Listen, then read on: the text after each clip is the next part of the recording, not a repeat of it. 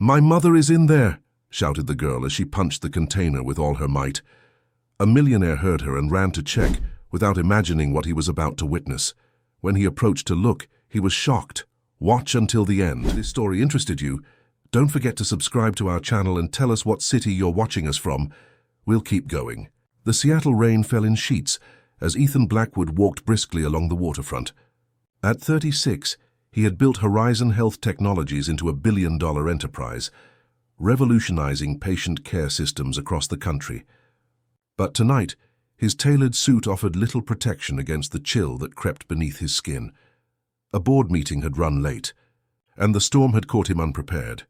He was cutting through an alley toward the parking garage when he heard it, a child's desperate voice piercing through the downpour. "My mom's in there. Please, someone help. My mom's in there." Ethan stopped. Through the grey curtain of rain, he made out a small figure pounding tiny fists against a large industrial dumpster. A little girl no more than 7 years old, soaked to the bone, her dark hair plastered against her pale face. Hey, what's wrong?" Ethan approached cautiously, crouching down to the child's level. The girl's eyes widened with hope. "My mom's hiding in there. She said not to tell, but he's going to find her, and I'm scared." "Who's going to find her?" Ethan asked, glancing around the empty alley. "Him," the girl whispered, her voice trembling. "My mom's boyfriend. He gets real mad and says mean things. Mom said we had to hide." Ethan felt his stomach tighten. He looked at the dumpster with growing alarm. "What's your name?" he asked gently. "Lily. Lily Mitchell." "Okay, Lily, I'm Ethan. Let me check, all right?" Heart pounding, Ethan lifted the heavy metal lid. The stench hit him first, then the sight. A woman huddled in the corner, shivering violently. Her clothes were torn, her face streaked with grime and tears. When their eyes met, Ethan saw raw, undiluted fear. "It's okay," he said softly. "Lily found help. Let me get you out of there." The woman flinched when he extended his hand, but after a moment's hesitation, she took it. Ethan helped her climb out, steadying her as her feet touched the ground. She immediately dropped to her knees and pulled Lily into a fierce embrace. "I'm sorry, baby," she whispered into her daughter's hair. "I'm so sorry." Ethan stood awkwardly, rain soaking through his expensive suit. "Are you hurt? Should I call an ambulance?" The woman shook her head quickly. "No hospitals, no police. He'll find us there." She looked up at Ethan, her green eyes clouded with distrust and desperation. "Thank you for helping, but we need to go." "Mom, I'm cold," Lily whimpered. Ethan made a decision. "Let me help you. I have a car nearby. We can get you somewhere warm and safe." "You don't understand," the woman said. "He'll come looking." "What's your name?" Ethan asked. Sarah Mitchell." "Sarah, I promise you I can keep you both safe. I have resources, connections. So at least let me get you somewhere dry for tonight." Before Sarah could respond, they heard heavy footsteps splashing through puddles at the far end of the alley. A man's voice called out, slurring slightly. "Sarah? Lily? Where the hell are you two hiding?" Sarah froze, her arms tightening around Lily. "It's him," she whispered. Ethan straightened, squaring his shoulders. "Get behind that dumpster with Lily. Don't come out until I say so." "You don't know what he's capable of," Sarah warned. "Neither does he," Ethan replied grimly. As Sarah and Lily disappeared behind the dumpster, Ethan stepped into the center of the alley. The approaching figure stumbled into view, a broad-shouldered man with disheveled hair and bloodshot eyes, reeking of alcohol even from a distance. "Who the hell are you?" the man demanded, stopping short when he spotted Ethan. "Jack, please just go home," Sarah called out, her voice quavering. Jack's head snapped toward the sound. "There you are. Playing hide and seek, huh? Real mature, Sarah." He took an unsteady step forward, but Ethan blocked his path. "The lady asked you to leave," Ethan said evenly. Jack laughed, an ugly sound that echoed off the brick walls. "This isn't your business, Suit." "That's my family." "Family doesn't hide in dumpsters out of fear," Ethan replied coldly. Jack's face darkened. "She exaggerates everything. Gets all dramatic. I'm just looking out for them, that's all." "By terrorizing a child?" "By hunting down a woman who's clearly afraid for her life." "You don't know anything about us," Jack snarled, his hands curling into fists. Ethan held his ground. "Here's what I do know. I'm Ethan Blackwood, CEO of Horizon Health. I have an army of lawyers on speed dial. and enough resources to ensure these two never have to fear you again. I can make restraining orders happen by morning. I can put security on them 24/7. I can make your life very, very difficult if you come near them again." Something in Ethan's tone, the absolute certainty, the quiet power, made Jack hesitate. "You think you can just walk in and take over?" Jack's voice was lower now, calculating. "They're mine. They're not property," Ethan replied, "and right now they're under my protection." The two men stared at each other through the rain, a silent battle of wills. Finally, Jack spat on the ground. "This isn't over," he muttered, backing away. "Not by a long shot." They watched as he retreated, disappearing around the corner. Only when his footsteps faded completely did Ethan turn back to the dumpster. "It's safe now," he called softly. Sarah emerged slowly, Lily clutching her hand. "He'll be back," she said. "He always comes back." "Not this time," Ethan said with quiet resolve. "Come on. My car's not far." As they walked through the rain toward the parking garage, Ethan sent a text to his head of security. By the time they reached his Tesla, a response had come through confirming a suite at the Olympic Hotel was being secured, with private security arranged. "Safe tonight, free tomorrow," Ethan told Sarah as he opened the car door for her and Lily. "That's the plan. Are you with me?" Sarah studied his face, searching for deception, for hidden agendas. Finding none, she nodded slowly. "Why are you doing this?" she asked as they pulled out of the garage. Ethan's eyes met hers in the rearview mirror. "Because when I was 10, no one stepped in to help my mother. And I promised myself that if I ever had the power to stop something like that, I would." In the back seat, Sarah drew Lily closer, the child already half asleep against her shoulder. For the first time that night, she allowed herself to believe that maybe, just maybe, they had found a way out. What neither of them realized was that Jack's threat wasn't just angry words. Back in the alley, he was already making a call to someone who had been waiting for precisely this opportunity. Someone who had been watching Ethan Blackwood for years, patiently plotting his downfall. "It's happening," Jack said into the phone, "just like you said it would." He took the bait. The Olympic Hotel's penthouse suite glowed warmly against Seattle's night skyline. Sarah stood at the floor-to-ceiling windows, watching raindrops race down the glass, while Lily slept peacefully in the adjoining bedroom. Fresh clothes lay neatly folded on the couch, delivered by hotel staff along with a hot meal that Sarah had barely touched. "The security team is in place," Ethan said quietly, entering the living area after finishing a call in the hallway. "Two people at the elevator, one at the emergency exit. No one gets up here without clearance." Sarah turned from the window, arms wrapped tightly around herself. "This doesn't feel real." "I know," Ethan replied. He maintained a respectful distance, acutely aware of how overwhelming this situation must be for her. "Tomorrow we'll start working on more permanent solutions." "I can't afford permanent solutions," Sarah said flatly. "I lost my teaching position 6 months ago. Jack convinced me to move in with him to save money, and here we are. The finances aren't your concern right now." Sarah's expression hardened. "They absolutely are my concern. I won't trade one form of dependency for another." Ethan nodded, understanding immediately. "Fair point. But accepting help isn't the same as dependency. Think of it as a bridge to get you where you need to go." A ghost of a smile touched Sarah's lips. "You're good with words, Mr. Blackwood." "Ethan, please. And it comes with the territory. Half my job is convincing skeptical hospital boards to take chances on new technology." Sarah sank onto the couch, exhaustion finally catching up to her. "Why are you really doing this? And don't give me the abbreviated version this time." Ethan hesitated, then sat in the armchair across from her. "My father was a lot like Jack. Charming in public, a nightmare behind closed doors. My mother spent years trying to leave. When she finally did, he found us. The system failed her at every turn." He paused, his jaw tightening. "I was too young to protect her then. But I'm not young or powerless anymore." "I'm sorry that happened to you," Sarah said softly. "I'm sorry it's happening to you," Ethan countered. "But unlike my mother, you won't be facing this alone." Sarah's phone buzzed on the coffee table. She glanced at it and her face paled. "It's Jack. 17 missed calls and now a text."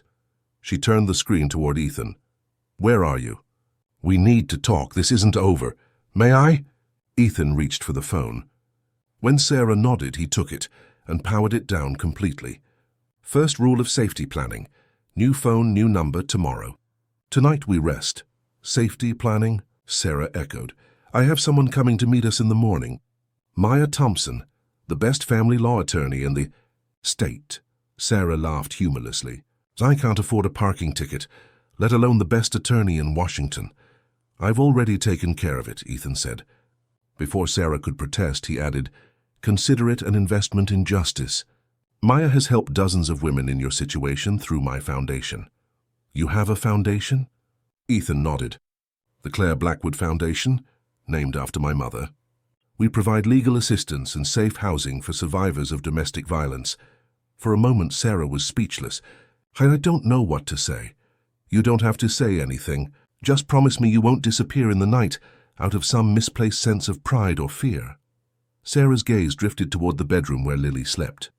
Everything I've done for the past 7 years has been for her. Every compromise, every second chance I gave Jack. I told myself it was to give her stability. Her voice broke. But tonight, seeing her out in that rain, pounding on that dumpster, I realized what I've been teaching her. That fear is normal. That hiding is how we survive. Children are resilient, Ethan said gently, and you've protected her as best you could. Have I? Sarah wiped away a tear. Sometimes I think the worst scars are the ones you can't see. The constant walking on eggshells, the tension in the air. Tomorrow is a new beginning, Ethan promised, for both of you. Later that night, after Sarah had finally retreated to the second bedroom, Ethan sat alone in the darkened living room. His laptop glowed as he typed furiously, sending emails to his executive team explaining his sudden absence, making arrangements for the coming days, and gathering resources for Sarah and Lily. His phone rang, his head of security. Tanner Brooks. We've got a situation, Tanner said without preamble. Wilson's been making noise. Hit up 3 hotels near the waterfront looking for them, making a scene at each one. We're monitoring, but I thought you should know. Increase security at the Olympic, Ethan ordered. I don't want him within a block of this place. Already done. There's something else. I ran a background check on Wilson like you asked. His finances don't add up. He's been unemployed for 10 months, behind on his car payments, but somehow he's been making rent on time in a decent apartment. And 3 weeks ago he paid off a $7,000 credit card bill in cash. Ethan frowned. Someone's bankrolling him. Looks that way. And there's another thing, the apartment he and Sarah were living in. It's owned by a shell company that I'm still trying to trace. This doesn't feel like a typical domestic situation, boss. Keep digging, Tanner. I want to know everything about Jack Wilson by morning. After ending the call, Ethan walked to the window, staring out at the glittering city below. Something about this situation felt calculated, but he couldn't place exactly why. A nagging sense of familiarity tugged at his consciousness. His reflection stared back at him from the glass, and for a moment, he saw his 10-year-old self, terrified, helpless, watching his father's rage destroy everything. He'd spent decades building walls around those memories, channeling that pain into success, into wealth, into the power to make a difference. Now, looking at his adult reflection with the Seattle skyline spread out before him, Ethan made a silent vow. Whatever was happening here, whatever Jack's game was, Sarah and Lily would not become casualties. Not on his watch. Morning came with the smell of coffee and the sound of childish laughter.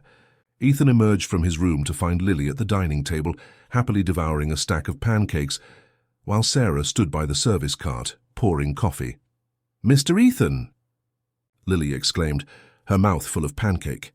"Mom let me order anything I wanted for breakfast." "Lily, don't talk with your mouth full," Sarah admonished gently, but her expression was lighter than it had been the night before. She offered Ethan a cup of coffee. "I hope you don't mind. You were still sleeping when room service called." "Not at all," Ethan said, accepting the coffee gratefully. "How did you sleep?" "Better than I have in months," Sarah admitted, knowing there was security outside. It made a difference. A knock at the door made them all freeze. Sarah instinctively moved toward Lily. "It's okay," Ethan reassured them, checking his phone. "That should be Maya." He opened the door to reveal a sharply dressed woman in her 40s, her dark hair pulled back in a sleek bun, a leather briefcase in hand.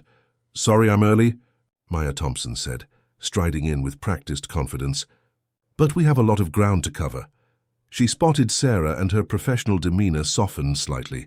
"You must be Sarah. I'm Maya Thompson. And this must be Lily. Lily waved shyly, a bit of syrup on her chin. Thank you for coming, Sarah said, clearly intimidated by Maya's polished presence. That's what I do, Maya replied with a warm smile. Now, before we get started, I need you to understand something. Everything you tell me is protected by attorney-client privilege. The more I know, the better I can help you. Sarah nodded, glancing at Lily. Ethan caught the look. Hey, Lily, he said. Did you know this suite has a media room with every Disney movie ever made? Would you like to check it out while your mom talks with Miss Thompson? Lily's eyes widened. Can I, Mom, please? After Sarah's nod of approval, Ethan led Lily to the media room, setting her up with Moana before returning to the main room where Maya had already spread documents across the dining table. We need to move quickly, Maya was saying. The first step is an emergency restraining order. I've already prepared the paperwork based on what Ethan told me, but I'll need you to fill in the details, Sarah. For the next hour, Sarah recounted her history with Jack Wilson, how they'd met 18 months ago when she was at her most vulnerable, how his charming facade had gradually given way to controlling behavior, jealousy, and eventually threats. 3 days later, Sarah sat in Maya Thompson's downtown office, watching Seattle's persistent drizzle trace patterns on the window. The restraining order had been granted, but the temporary relief she'd felt was already giving way to a new anxiety. He's hired an attorney, Maya announced, setting down her phone. A good one. Patterson and Marks, one of the top family law firms in the city. Sarah's stomach tightened. How is that possible? Jack can barely pay his phone bill. That's exactly what I'm wondering, Maya said, leaning back in her chair. Patterson and Marks doesn't take clients who can't pay their retainer up front, and their retainers start at $20,000. Someone's helping him, Ethan stated flatly. He'd insisted on attending all legal meetings, though he always gave Sarah space to speak privately with Maya when needed. More than helping, Maya agreed. They've filed a counter-petition claiming Sarah is mentally unstable and that Lily is in danger under her care. What? Sarah's voice rose sharply. That's absurd. It's a tactic, Maya assured her. They're trying to put you on the defensive. They've also requested an emergency custody hearing. Sarah's hands began to shake. He can't take Lily, he won't, Ethan said firmly. Maya won't let that happen. Maya nodded, though her expression remained serious. We're prepared for this, but there's something else you should know. The filing includes insinuations about your relationship with Ethan. Sarah and Ethan exchanged confused glances. What relationship? Sarah asked. I barely know him. According to their petition, Ethan has been, and I quote, unduly influencing Sarah Mitchell through financial control and manipulation, creating an inappropriate dependency that threatens the family unit. Ethan's face darkened. That's ridiculous. It's calculated, Maya corrected. They're painting you as a wealthy predator, isolating a vulnerable woman from her concerned partner. They've even included photos of you entering and leaving the Olympic Hotel together. They've been watching us? Sarah whispered, fear creeping back into her voice. It appears so, Maya confirmed. Which raises the question, who's coordinating this? Jack doesn't have the resources or the strategic thinking to orchestrate something this sophisticated. Ethan stood abruptly and paced to the window. Someone wants to discredit me. They're using Sarah and Lily as pawns. But why? Sarah asked. What could anyone possibly gain from this? Before Ethan could answer, Maya's assistant knocked and entered with a thick folder. The background reports you requested, she said, placing them on Maya's desk. Thank you. Rachel. Maya opened the folder and began scanning the contents, her expression growing increasingly troubled. What is it? Ethan asked. Maya extracted several documents. Jack Wilson's employment history shows he worked for Bennett Pharmaceuticals until about 18 months ago. He was let go during a round of layoffs. Ethan went completely still. Bennett Pharmaceuticals? Yes, means something to you? Howard Bennett, Ethan said quietly. The CEO. I testified against him 3 years ago in a federal case. He was convicted of fraud for falsifying clinical trial data. Sarah looked between them. What does that have to do with Jack? Howard Bennett swore he'd ruin me, Ethan explained. Said I'd regret the day I betrayed him. I never thought... He trailed off, the implications sinking in. Maya quickly flipped through more pages. Jack Wilson. His mother's maiden name is Bennett. He's Howard Bennett's nephew.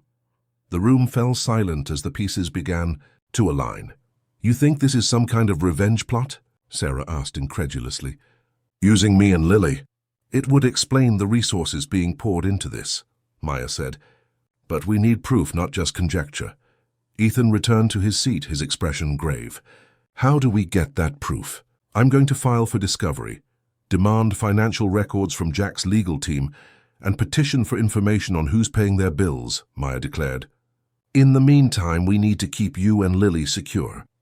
We're fine at the hotel, Sarah began, but Maya shook her head. Now that they've made their move, the hotel is too public.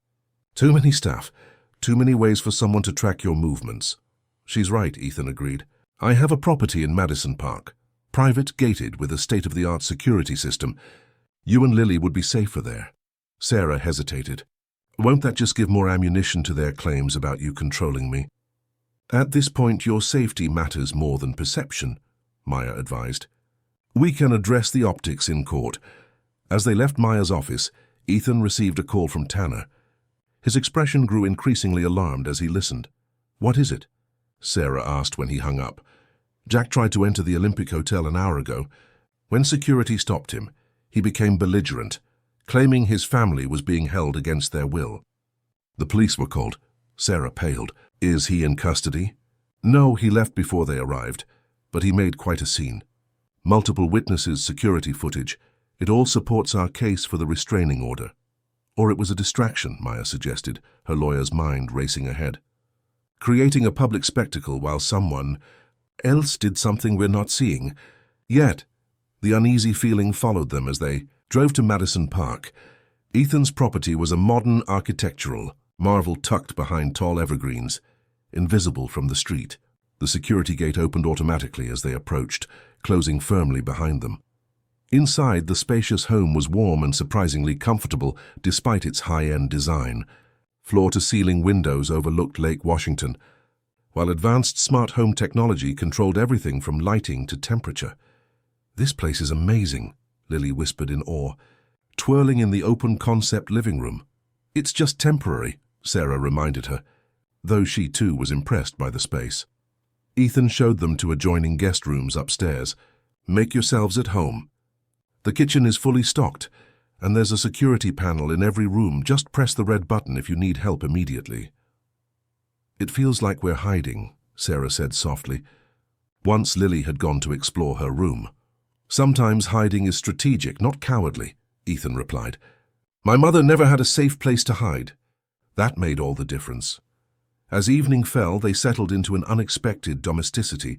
Lily convinced Ethan to help her build a pillow fort in the living room, while Sarah prepared dinner from the well-stocked kitchen. For a few hours, the tension eased, replaced by something that felt dangerously close to normalcy. After Lily went to bed, Sarah found Ethan on the terrace, staring out at the lake. Thank you, she said, joining him at the railing. Lily hasn't laughed like that in months. Ethan smiled. She's a remarkable kid, strong like her mother. I don't feel strong, Sarah admitted. I feel like I've dragged you into a nightmare. You haven't dragged me anywhere. If anything, it seems like forces beyond either of us pushed us together. He paused. If Howard Bennett is behind this, he's been planning it for years. Why go to such elaborate lengths? Why not just, I don't know, sue you or something? Because this isn't about money, Ethan said grimly. It's about destroying what I care about most, my reputation, my sense of doing good in the world. He wants to turn me into the very thing I fight against.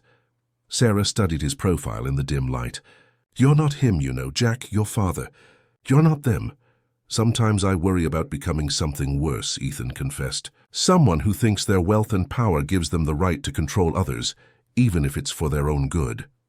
Is that why you created the foundation? To keep yourself in check? Ethan nodded slowly, partly, and to give meaning to my mother's suffering. To make it matter somehow. They stood in companionable silence until Sarah shivered in the cool night air. Without thinking, Ethan removed his jacket and draped it over her shoulders. Their eyes met briefly, an unspoken current passing between them before Sarah looked away. We should get some rest, she said quietly. Maya mentioned the custody hearing could be as soon as next week. As Sarah headed inside, Neither of them noticed the small, blinking light in the darkness across the lake, a high-powered camera lens capturing their every move, feeding images back to someone who had been waiting for exactly this moment. Someone who knew that the perfect trap isn't built with steel or stone, but with the appearance of impropriety and the court of public opinion.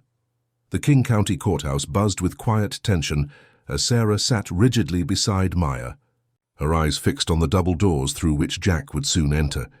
1 week had passed since they discovered the possible connection to Howard Bennett, and the emergency custody hearing was now underway. "Remember what we discussed," Maya murmured. "Answer only what's asked. Don't volunteer information. Don't look at Jack. Keep your eyes on the judge or on me." Sarah nodded, her hands clasped tightly in her lap. Ethan sat directly behind her, a silent pillar of support. They'd all agreed it was best for him to maintain some distance during the proceedings, given the allegations about his involvement. The doors opened, and Jack Wilson entered with his attorney, a polished woman in her 50s whose reputation preceded her. Caroline Patterson was known for her ruthless efficiency in family court. "All rise," the bailiff announced, as Judge Eleanor Reeves entered the courtroom. What followed was 2 hours of carefully orchestrated character assassination. Patterson painted Sarah as emotionally unstable, presenting therapy records that had been selectively edited to emphasize postpartum depression she'd experienced years earlier. They produced affidavits from concerned neighbors who claimed to have heard Sarah shouting at Lily. Conveniently, none of these witnesses were present to be cross-examined. When Patterson introduced photos of Sarah and Ethan at the Olympic Hotel, Maya objected immediately. "Your Honor, these photos represent an egregious invasion of privacy and have no bearing on Ms. Mitchell's fitness as a mother."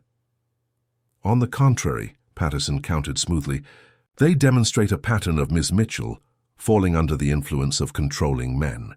First Mr. Wilson, now Mr. Blackwood, who has effectively isolated her and the child from their community." Maya rose again.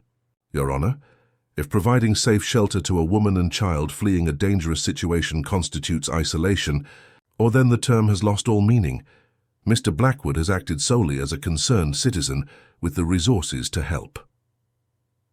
When Sarah finally took the stand, Patterson's questioning was relentless. "Ms. Mitchell, isn't it true that you abandoned your teaching career without securing alternative employment, leaving you financially dependent on Mr. Wilson?" "I was forced to resign after budget cuts." "A simple yes or no will suffice," Patterson interrupted. "Objection," Maya called. "The witness should be allowed to explain her answer." "Sustained," Judge Reeves ruled. "Ms. Mitchell, please continue." Sarah took a deep breath. "I was part of a reduction in force at Seattle Heights Elementary. I tried to find another teaching position, but Jack, Mr. Wilson, insisted I focus on caring for Lily instead. And now you've transferred that financial dependency to Mr. Blackwood, correct?" "No, Mr. Blackwood is helping us temporarily while I get back on my feet." "Yet you're living in his property, eating food he provides, accepting legal representation he pays for. How is that not dependency?" Before Sarah could answer, the courtroom doors burst open. Tanner Brooks, Ethan's head of security, strode in with purposeful steps, whispering urgently to Maya. "Your Honor," Maya said immediately, "I request a brief recess. We've just received critical information relevant to these proceedings." Judge Reeves frowned but nodded. 15 minutes. In a small conference room, Tanner laid a folder on the table. "Jack Wilson was just caught breaking into Mr. Blackwood's Madison Park property," he announced. "The security system alerted us, and police apprehended him on the premises." Sarah gasped. "Lily is fine," Tanner assured her quickly. "She's with the tutor at the downtown office as planned. She's completely safe." "What was he doing there?" Ethan demanded. "That's the interesting part," Tanner said, opening the folder. "When police searched him, they found this." Inside was a collection of photographs, dozens of them, showing Sarah and Lily in various locations over the past 3 years. Shopping malls, school events, parks. Some were clearly taken with a telephoto lens from a distance. "These aren't amateur shots," Tanner explained. "They're professionally executed surveillance photos with metadata that matches equipment used by high-end security firms." Maya examined the photos, her expression darkening. "This goes back years, long before Sarah even met Jack. There's more, Tanner continued. Wilson had a key to the property, a sophisticated duplicate that shouldn't have been possible to create without access to the original. And he had this. He produced a sealed evidence bag containing a small electronic device. It's a tracker. We found 3 more already planted around the house. He was bugging the place? Ethan asked incredulously. Not him, Tanner said. These are military-grade surveillance devices. Wilson doesn't have the knowledge or resources to obtain these, let alone use them effectively. Sarah stared at the photographs, her hand trembling as she picked up one showing her and Lily at a birthday party 2 years ago. I don't understand. Why would anyone be watching us before I even met Jack? A cold realization washed over Ethan. It wasn't about you originally, he said quietly. It was about finding the right leverage against me. They were looking for someone vulnerable, someone I would instinctively want to protect. You mean I was chosen? Sarah whispered. Our whole relationship was orchestrated? Not all of it, Maya interjected, thinking critically. The timing doesn't work. These photos start 3 years ago, but you only met Jack 18 months ago. Tanner nodded. The detective I spoke with had the same thought. She believes Jack's appearance in your life was deliberately engineered, but the surveillance began earlier, possibly for different reasons. The implications hung heavy in the air as they returned to the courtroom. Judge Reeves listened intently as Maya presented the new evidence, while Patterson's objections grew increasingly desperate. Your Honor, these allegations are a transparent attempt to divert attention from the real issue, Ms. Mitchell's fitness as a parent. On the contrary, Maya countered, this evidence demonstrates that Mr. Wilson has violated the existing restraining order, committed breaking and entering, and appears to be involved in a coordinated surveillance operation targeting Ms. Mitchell and her daughter. I move that all his petitions be dismissed and that the court grant Ms. Mitchell sole temporary custody pending a full investigation. Judge Reeves studied the evidence with a furrowed brow. Miss Patterson, does your client have an explanation for these photographs or his presence at Mr. Blackwood's property today? Patterson conferred briefly with Jack, whose face had gone ashen. My client exercises his Fifth Amendment right not to incriminate himself, Your Honor. I see. Judge Reeves removed her glasses. Given the evidence presented, and Mr. Wilson's apparent violation of the existing restraining order, I'm granting temporary sole custody to Ms. Mitchell. Mr. Wilson will have no contact with the child, pending further hearings and a complete investigation into these disturbing allegations. Court is adjourned. As they left the courthouse, reporters had already gathered on the steps, alerted to the dramatic developments. Maya skillfully guided Sarah through the crowd, while Ethan slipped out a side entrance to avoid fueling further speculation about their relationship.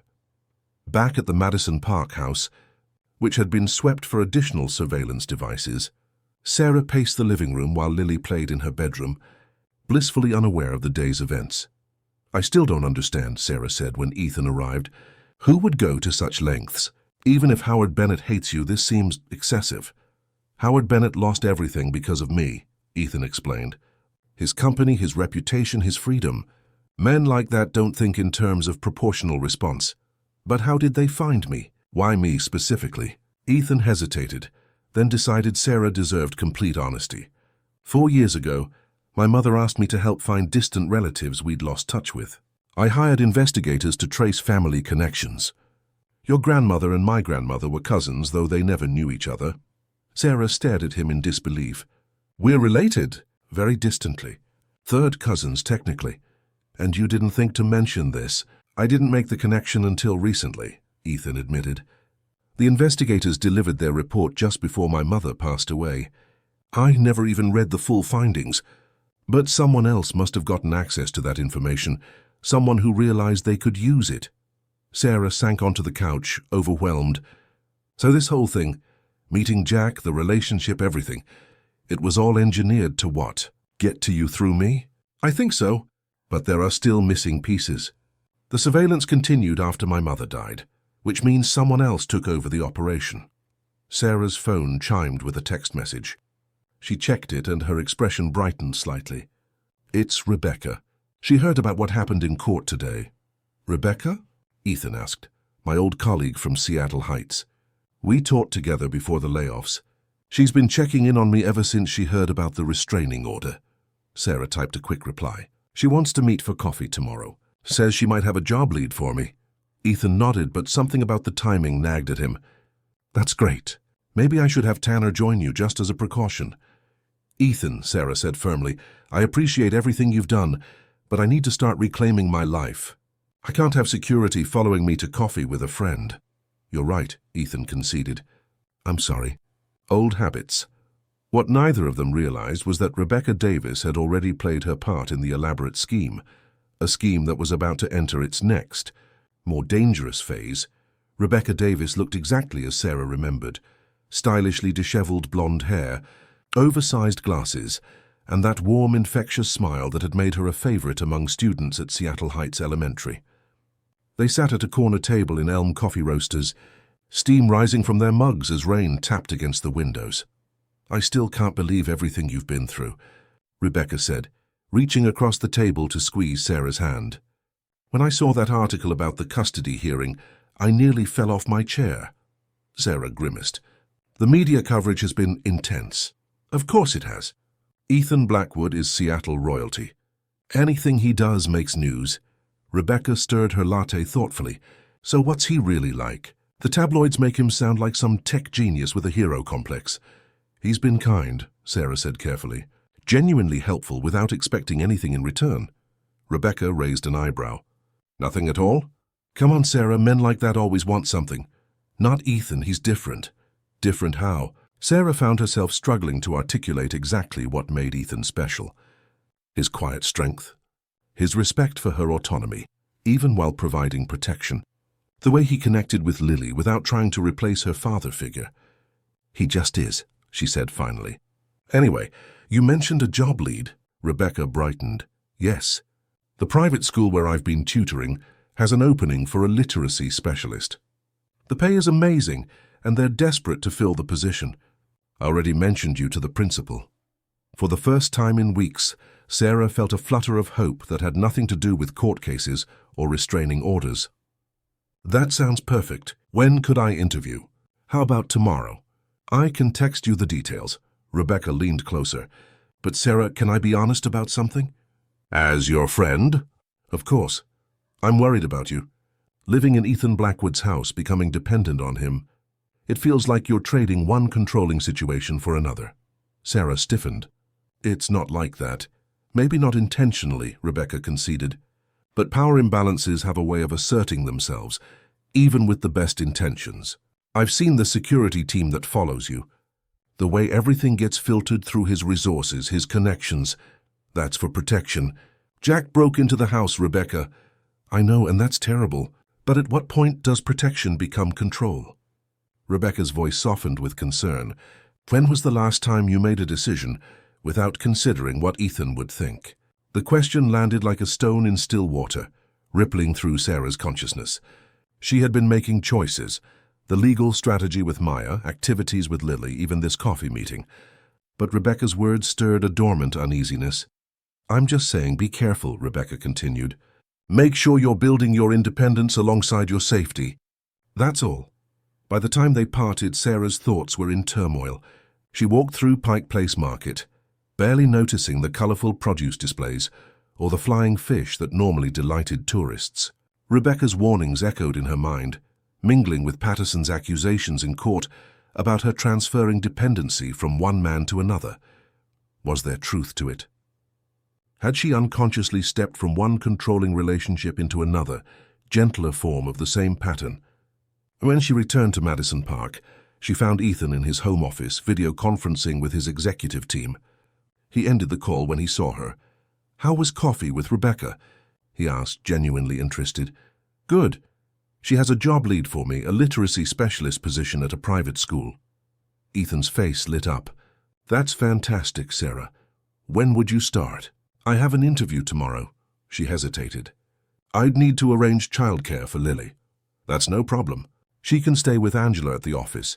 They've been getting along great during her tutoring sessions.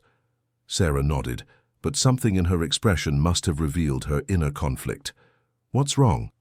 Ethan asked. Nothing, just thinking about logistics. Ethan studied her face.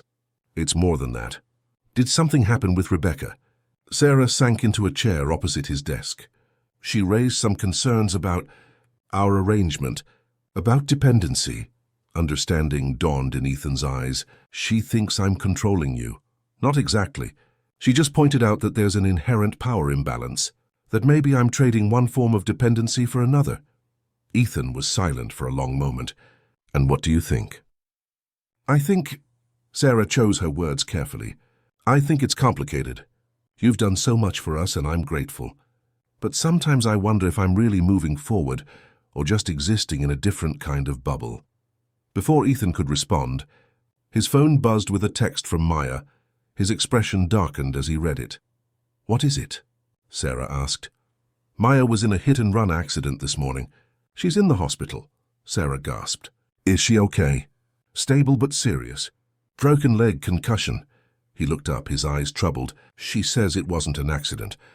The car accelerated toward her in a crosswalk. No attempt to brake. You think it's connected to our case? I don't believe in coincidences anymore. Ethan stood abruptly. I need to see her. Will you be okay here? Actually, Sarah said, making a sudden decision, I'd like to come with you. Maya's been fighting for us. I want to show my support. At Harborview Medical Center, they found Maya propped up in bed, her leg in a cast, a bandage around her head, but her mind as sharp as ever. Despite the painkillers, she was already working from her hospital bed, laptop balanced precariously on her good leg. My first visitors who aren't police detectives, she said, with a pained smile. I'd stand to greet you, but she gestured at her cast. How are you feeling? Sarah asked, placing a small bouquet of flowers from the gift shop on the bedside table. Like I was hit by a car, Maya replied dryly. But it could have been worse. Do they know who did it? Ethan asked. Maya's expression turned serious. No, but I've been connecting dots while waiting for more tests. She turned her laptop so they could see the screen. The financial trail behind Jack's legal team? It leads to a shell company called Horizon Mirror LLC. Ethan's jaw tightened. A mockery of my company name. Exactly. And guess who's the registered agent? Thomas Weaver, Howard Bennett's former legal counsel. So it is Bennett, Sarah whispered.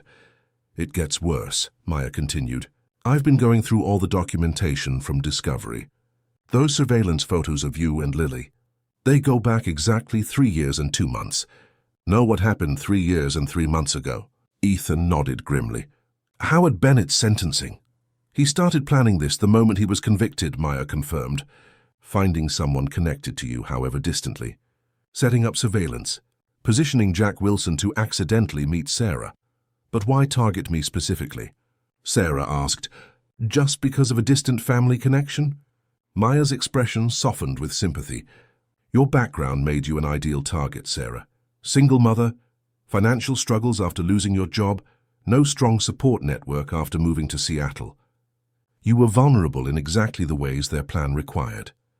The calculated cruelty of it made Sarah feel physically ill. Her entire relationship with Jack, all 18 months of gradually escalating control and abuse, had been engineered as part of someone else's revenge fantasy. There's something else, Maya said, wincing as she shifted position. Rebecca Davis. How long have you known her? We taught together at Seattle Heights, Sarah replied, confused by the change in subject. Almost 2 years until the layoffs. And she reached out recently after all this started? Yes, she's been really supportive. We had coffee today, actually. Maya and Ethan exchanged a look that sent a chill through Sarah. What? She demanded. What aren't you telling me? Maya turned her laptop again, showing a bank statement. Rebecca Davis has received 4 payments of $5,000 each from another shell company connected to Horizon Mirror LLC. The first payment was dated 2 weeks after you met Jack Wilson. The room seemed to tilt around. Sarah, that's not possible. Rebecca was my friend before any of this started. Was she? Maya asked gently. Or did she appear in your life around the same time you started at Seattle Heights? Right when Bennett's operation was looking for ways to position people close to you. Sarah's mind raced back, trying to reconstruct the timeline. Rebecca had been hired a month after her, had immediately befriended her, had even encouraged her to try online dating after Sarah mentioned being lonely in the new city. She introduced me to the dating app where I met Jack, Sarah whispered. The realization hitting her like a physical blow. She practically set up my profile. Ethan moved to her side, steadying her as the full implications became clear. Her life had been manipulated on multiple fronts. Key relationships engineered by unseen hands, all to create the perfect pressure points for a revenge plot against Ethan. I need to get back to Lily, Sarah said suddenly, panic rising in her throat. If Rebecca is part of this, Lily's safe, Ethan assured her. I texted Tanner the moment Maya mentioned Rebecca. He's with Lily now and he's added Rebecca to the security watch list. But Sarah was already on her feet. We need to go now. As they rushed from the hospital, none of them noticed the orderly watching from the nurse's station, the same man who had delivered flowers to 3 other rooms that morning, each containing a small surveillance device nestled among the blooms. The trap was closing, but not in the way any of them expected. The following week passed in a blur of heightened security and mounting tension. Rebecca's calls went unanswered, her texts unread. The job interview, which Maya's investigator confirmed was legitimate, though Rebecca's connection to it wasn't, was postponed indefinitely. Jack remained in custody on multiple charges, but the knowledge that he was merely a pawn in a larger game provided little comfort. Sarah stood at the kitchen counter in Ethan's Madison Park home, mechanically spreading peanut butter on bread for Lily's lunch. Through the window, she could see 2 security personnel patrolling the grounds. Another was stationed at the gate. A fourth accompanied Lily to and from her temporary tutoring sessions at Ethan's downtown office. The protective measures were necessary, but the walls felt like they were closing in. Every decision, every movement, every interaction now filtered through a security protocol. The apartment she'd shared with Jack had been a prison of fear.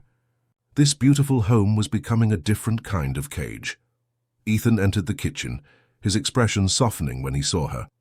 "How are you holding up?" "Fine," Sarah replied automatically, then sighed. "Not fine, actually. I feel trapped." Ethan leaned against the counter. "I know it's a lot, but until we identify everyone involved in Bennett's network, I understand the reasons," Sarah interrupted. "That doesn't make it any easier to live with the results." A heavy silence fell between them. "Maybe we could arrange a day trip," Ethan suggested.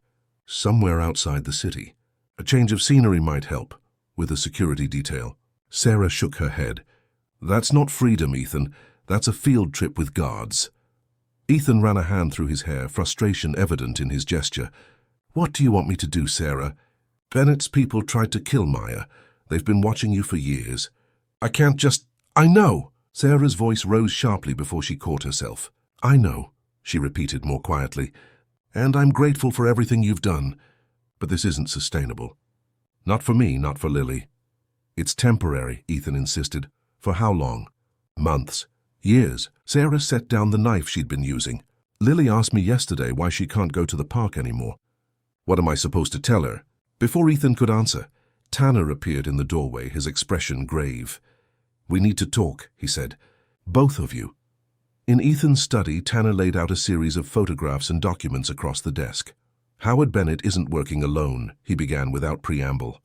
"He's being funded by a consortium of former Bennett Pharmaceuticals executives, all people who lost their positions after the scandal broke." "How many?" Ethan asked. "At least 7 that we can identify. Combined assets in the hundreds of millions." Tanner pointed to financial records showing multiple offshore transactions. "They've been pooling resources for 3 years, filtering money through at least 20 shell companies." Sarah studied the photographs, surveillance images taken of her, of Lily, of Ethan. "So it's not just about revenge, it's about rehabilitation." Tanner nodded. "If they can discredit you, Ethan, they can cast doubt on your testimony. It won't overturn Bennett's conviction, but it could influence his upcoming parole hearing." "That's still 2 years away," Ethan noted. "Which means they're playing a long game," Tanner agreed. "This was never about quick results. It's about systematic destruction of your credibility and, by extension, your testimony." Sarah picked up a photograph of herself and Lily at a school event from 2 years ago. "How many others are there?" "People like Rebecca planted in our lives?" "We're still working on that," Tanner admitted. "But there's something else you need to know." He hesitated, glancing at Ethan. "Just tell us," Ethan said. Rebecca Davis has gone public. She gave an interview to the Seattle Times claiming that you've isolated Sarah from her support network and are exhibiting controlling behaviors identical to those of an abuser. Sarah's breath caught. She said what? Tanner handed her a printout of the article. The headline blared, "Tech Billionaire's Rescue Raises Red Flags, Friend Speaks Out." It gets worse, Tanner continued. She started a social media campaign, Free Sarah, claiming you're essentially being held against your will. It's gaining traction. That's absurd, Ethan said, his face flushing with anger. Sarah can leave anytime she wants. Sarah looked up from the article, her expression troubled. Can I, really? The question hung in the air between them. Of course you can, Ethan said, but his tone lacked conviction. Without security following me? Without you worrying every moment I'm out of sight? Without protocols and check-ins and... She broke off, suddenly overwhelmed. Tanner tactfully excused himself, leaving them alone in the study. Sarah, Ethan said softly, everything I've done has been to keep you and Lily safe. I know that. But protection without freedom is just another kind of prison. Sarah set the article down and met his gaze directly. You saved me from the dumpster, Ethan. But if I can't leave this house to work, to live my life, what exactly did you save? The words hit Ethan like a physical blow. He sank into his chair, the weight of her question pressing down on him. I don't want to control you, he said finally. I never wanted that. I believe you, Sarah replied, but intentions don't always match impacts. The security measures, the isolation, the constant vigilance, it all feels suffocating even if the purpose is protection. Ethan was silent for a long moment, wrestling with conflicting instincts. Finally he looked up, his expression resolute. What do you need? Not what I think you need. What do you actually need to feel both safe and free? The question caught Sarah off guard. In both her relationship with Jack and these weeks with Ethan, no one had asked what she needed. I need agency, she said finally. I need to be part of the decisions about my life, not just informed of them afterward. I need to work again, to rebuild my own support network. Lily needs some normalcy, school, friends, routine. We can't live in a beautiful fortress forever. Ethan nodded slowly. You're right. I've been so focused on the physical threat that I overlooked the psychological cost. He leaned forward. Let's rethink everything. Security that's effective but less intrusive. A transition plan back to independence with your input at every step. You'd do that, even knowing the risks? Calculated risks are different from recklessness, Ethan replied. We'll find the balance together. That evening, they gathered in the living room with Lily, Tanner, and Maya, who had been released from the hospital and arrived on crutches. Together, they drafted a new approach, one that prioritized both safety and autonomy. Maya would expedite Sarah's application for a new apartment in a secure building where many of her legal clients lived. Tanner would design security protocols that were protective without being restrictive. Ethan would provide financial support without conditions until Sarah secured employment. Most importantly, Sarah would have final say on all decisions affecting her and Lily's daily lives. It feels like I can breathe again, Sarah said as the meeting concluded. Like I'm regaining control of my story. After Tanner and Maya left, Sarah found Ethan on the terrace, gazing out at the lake as he often did when troubled. Thank you, she said, joining him at the railing. For listening, for adapting. I should have done it sooner, he admitted. I've been so afraid of failing you the way the system failed my mother that I overcorrected, became the very thing I was fighting against. Not quite, Sarah said with a small smile. You listened when I pushed back. Jack never did that. They stood in comfortable silence watching the moonlight ripple across the water. What happens now? Sarah asked eventually. With Bennett's conspiracy? We keep gathering evidence. Maya has contacts at the FBI who are interested in the case. Using prison communications for an orchestrated harassment campaign crosses several federal lines. And us? What happens with us when I move into the new apartment? Ethan turned to face her. That depends on what you want. I want... Sarah hesitated, suddenly unsure.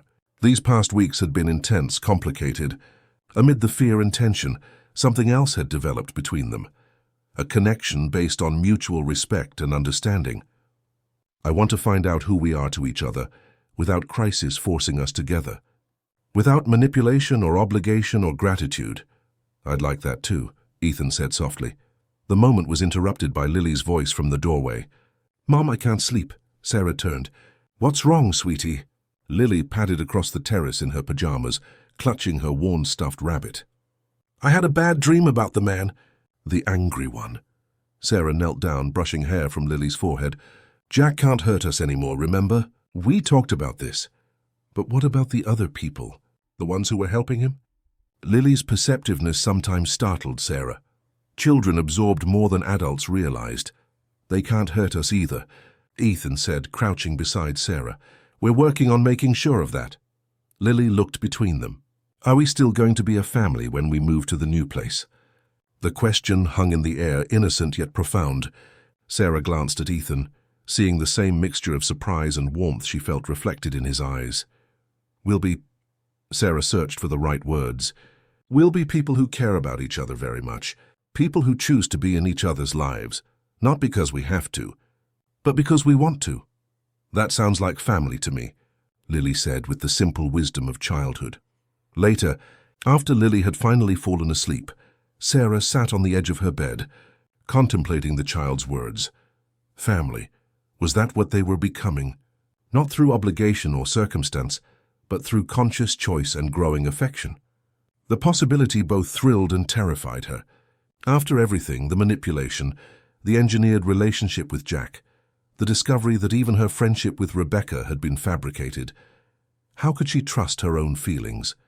How could she be sure that what was developing between her and Ethan wasn't just gratitude or dependency, dressed up as something nobler? And yet, in the quiet moments, when no crisis loomed and no decision needed to be made, there was an undeniable connection between them. A mutual understanding that went beyond their shared ordeal. Maybe, Sarah thought as she turned out the light, true freedom wasn't the absence of connection, but the ability to choose one's connections openly, honestly, and without coercion. Perhaps that was what they were slowly building, a relationship founded not on rescue and gratitude, but on respect and choice. Tomorrow would bring new challenges. Rebecca's media campaign, Bennett's conspirators, the ongoing legal battles. But for the first time in months, Sarah felt something like hope. Not just for safety, but for a future where safety and freedom coexisted, where protection didn't mean control, and where love wasn't a trap, but a door opening to possibility. 6 months later, Sarah stood in the kitchen of her new apartment, arranging fresh flowers in a vase, while the aroma of freshly baked cookies filled the air. The space was modest compared to Ethan's lakeside mansion, a 3-bedroom unit in a secure building near Green Lake, but it was entirely hers. The rent was reasonable, covered by her salary as the literacy specialist at Lakeside Academy, the position Rebecca had ironically led her to. Mom! Ethan's here. Lily called from the living room where she'd been stationed at the window, eagerly awaiting his arrival. Sarah smiled at her daughter's excitement. Their Sunday routine had become sacred. Ethan would arrive at 10. They'd walk to the farmer's market together, then spend the afternoon cooking or working on one of Lily's ever more elaborate art projects. Today was special, though. It marked exactly 6 months since Sarah had moved into her own place. 6 months of rebuilding. 6 months of healing. 6 months of discovering who they were to each other, when neither crisis nor proximity forced them together. Right on time, Sarah said as Ethan entered, carrying a small wrapped package. He looked different these days, more relaxed. The perpetual tension in his shoulders eased. Weekly therapy sessions, he'd told her, were helping him untangle his need to protect from his fear of controlling. I brought something to celebrate the occasion, he said, handing the package to Lily, who bounced with anticipation. Can I open it now? She asked, looking between them. Go ahead. Sarah nodded. Lily tore through the wrapping paper to reveal a wooden puzzle box, intricately carved with geometric patterns. It's beautiful, Sarah murmured as Lily examined it from all angles. It's also a metaphor, Ethan said with a slight smile. Maya suggested it. There are 7 hidden compartments, each with a small gift inside. But they only open when you solve them in the right sequence, without force. Like life, Sarah observed. Exactly. Patience, persistence, and respect for the process. As Lily settled on the carpet to tackle the puzzle's first challenge, Sarah led Ethan to the kitchen. Coffee, she offered. Please. He leaned against the counter, watching her comfortable movements in the space she'd made entirely her own. How was your week? Good, busy. The literacy program is expanding next semester and they've asked me to lead it. That's fantastic, Sarah. Congratulations. Thanks. She handed him a mug. And your week? How's the foundation expansion going? On track. The new center opens next month. We've already got a waiting list for the transitional housing units. They carried their coffee to the small balcony overlooking the park, sitting in comfortable silence as they watched morning joggers circle the lake. So much had changed since that rainy night by the dumpster. Yet some things remained constant. The ease between them, the mutual respect, the unspoken understanding. I had dinner with Maya last night, Sarah said eventually. She updated me on the case. Ethan nodded, his expression turning serious. Bennett's parole hearing? Denied unanimously. The conspiracy charges added 15 years to his sentence. Sarah sipped her coffee. And the others involved, the executives who funded everything. They've reached a plea deal. Financial restitution, community service, no jail time but permanent industry blacklisting. How do you feel about that outcome? Sarah considered the question. Relieved, mostly. That it's over. That they can't hurt anyone else the way they hurt us. And Rebecca testified against the others in exchange for immunity. She's moved to Portland, apparently. Sarah set down her mug. You know what's strange? I'm still angry about what she did, but I also feel sorry for her in a way. Imagine building your entire life around someone else's revenge fantasy. Ethan nodded thoughtfully. Maya mentioned something similar about Jack. Said he was manipulated too, fed carefully selected information to trigger his worst impulses. Doesn't excuse what he did, but it makes the picture more complicated, Sarah finished. Nothing's as simple as victim and villain, is it? From inside came the sound of Lily's triumphant cry as she solved the first compartment of the puzzle box. They smiled at each other, sharing in her joy. She's thriving, Ethan observed. The nightmares. Less frequent. The play therapy is helping. Her therapist says kids are remarkably resilient when they feel safe and heard. And you? Are you feeling safe and heard these days? Sarah met his gaze. Yes, both when I'm with you and when I'm not. That's the difference.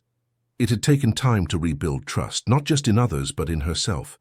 To separate genuine connection from engineered manipulation, to believe that her feelings were real, not the product of trauma bonding or gratitude or dependency. The journey hadn't been linear. There had been setbacks, moments of paranoia when Sarah questioned every relationship in her life, nights when Lily woke screaming from nightmares about the angry man, days when Ethan instinctively overstepped in his desire to protect.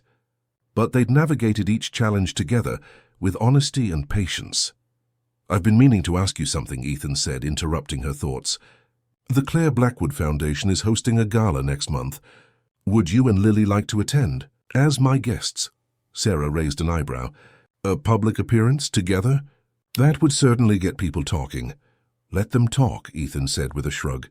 We know the truth about who we are to each other. That's what matters. And who are we to each other, Ethan? Sarah asked softly. He considered her question with the thoughtfulness she'd come to expect from him. We're people who found each other in the worst of circumstances and chose to build something meaningful anyway. People who've seen each other at our most vulnerable and most strong. He paused, searching for the right words. We're family. Chosen family. Sarah felt a warmth spread through her chest at his answer. Lily would say the same thing. Actually, she did say it that night on your terrace. Wise beyond her years. That one. She gets it from her mother, Sarah quipped, making him laugh. Inside, Lily called for them. She'd opened another compartment and found a tiny kaleidoscope inside. They went to join her, Ethan's hand brushing Sarah's as they walked, a gesture both casual and deliberate. Later that afternoon, after the farmer's market expedition and a lunch they'd prepared together, Sarah stood at the kitchen sink washing dishes, while Ethan and Lily worked on a complex jigsaw puzzle at the dining table. The domesticity of the scene struck her suddenly. How natural it felt, how right, despite everything that had brought them here. I've been thinking, she said as Ethan came to dry the dishes beside her, about what you said earlier, about being chosen family, having second thoughts. He asked lightly, though she caught the hint of uncertainty in his eyes. The opposite, actually. Sarah handed him a wet plate. I've spent months questioning every feeling, every connection, wondering what's real and what's manipulation. I've been so afraid of being controlled again that I almost missed what was happening between us. And what is happening between us, Sarah? She turned to face him fully. Something honest. Something that belongs to us alone. Not to Bennett's conspiracy. Not to Jack's manipulation, not to any external force. Just us choosing each other day after day. Ethan set down the dish towel. That sounds a lot like love. Maybe it is, Sarah agreed softly. A different kind than I've known before. Slower, more deliberate. Based on respect and choice rather than need or obligation. He reached for her hand, his touch gentle. I've been careful not to push. To give you the space to heal, to find yourself again. I know, and I needed that space. She interlaced her fingers with his. But I don't need it quite so much anymore. From the dining room, Lily's voice interrupted the moment. Are you guys kissing in there or something? I need help with the sky pieces. They laughed, the tension breaking. Definitely wise beyond her years, Ethan murmured. That evening, after Ethan had gone home to his own place, a new development, a smaller house closer to the city, Sarah tucked Lily into bed. Did you have fun today? She asked, smoothing the covers around her daughter. Lily nodded sleepily. I like our Sundays. I like that Ethan comes over, but then goes to his own house. It means he's choosing to be with us, not just because we live with him. Sarah blinked, once again surprised by her child's perception. That's exactly right, sweetie. We're all choosing each other. Is he going to be my dad someday? Lily asked. I don't know, Sarah answered honestly. Would you want that? Lily considered the question seriously. I think he's already something important. He makes you smile. He makes me feel safe, but not the scary kind of safe where you can't do anything. The good kind, where you can try new things because you know someone's there if you fall. Sarah kissed her daughter's forehead, emotion welling in her throat. When did you get so smart? Tuesday, Lily replied promptly, making Sarah laugh. After turning out the light, Sarah stood in the doorway, watching her daughter's breathing deepen into sleep. 6 months ago, she'd been hiding in a dumpster, terrified and desperate. Now she had a home, a career, a community of support, and a relationship built on mutual choice rather than necessity. The conspirators who had engineered so much suffering were facing justice. The threats had receded, but the greatest victory wasn't in the courtrooms or the legal settlements. It was here, in this moment of ordinary peace, a child sleeping safely, a woman standing in her own doorway, making her own choices about whom to love and how to live. Sarah moved to the living room window, gazing out at the Seattle night. Somewhere across the city, Ethan was probably at his desk, working late as he often did. Tomorrow he'd call to check in. The day after, they'd meet for lunch between her classes. Next weekend, another Sunday together. Small choices accumulated day by day. A future built not on grand rescues or dramatic gestures, but on consistent presence, mutual respect, and deliberate love. Not perfect. They both carried scars that would never fully fade, but real. Chosen. Theirs. Sarah smiled, turning away from the window. She had dinner plans with colleagues from Lakeside on Tuesday. Lily had a play date on Wednesday. Life was moving forward, expanding beyond the narrow constraints of fear and survival into something richer, more textured. The puzzle box Ethan had given Lily sat on the coffee table, 3 of its 7 compartments now open. Like their relationship, it revealed its treasures gradually, with patience and care, never forced, never rushed. Each discovery earned through attention and respect for the process. Sarah ran her fingers over the intricate woodwork, feeling the hidden mechanisms beneath the surface. There was beauty in the complexity, in the careful engineering that required understanding rather than strength to unlock. Safe but free, she murmured to herself. That's the balance. Outside her window, Seattle continued its rhythmic pulse of light and life. Inside, in the quiet of her own chosen space, Sarah Mitchell breathed deeply, fully, without fear. Tomorrow would bring new challenges, new choices, new moments of connection.